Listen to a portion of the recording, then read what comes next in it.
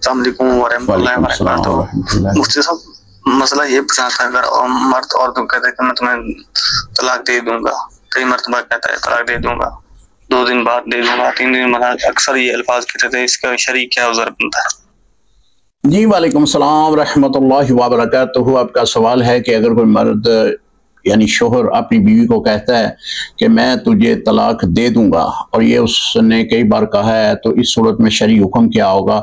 دیکھیں، یہ کہہ رہا ہے کہ میں طلاق دے دوں گا، اس میں یہ الفاظ اس نے استعمال نہیں کیے کہ میں تمہیں طلاق دیتا ہوں یا میں نے تمہیں طلاق دی، تو اس طرح طلاق واقع ہوتی ہے۔ یہ جو وہ کہہ رہا ہے کہ میں طلاق دے دوں گا، یہ ایک وعدہ کر رہا ہے، تو وعدے کے اندر طلاق نہیں ہوتی، مستقبل کا وہ صیغہ بول رہا ہے، تو اس انداز میں طلاق واقع نہیں ہوگی۔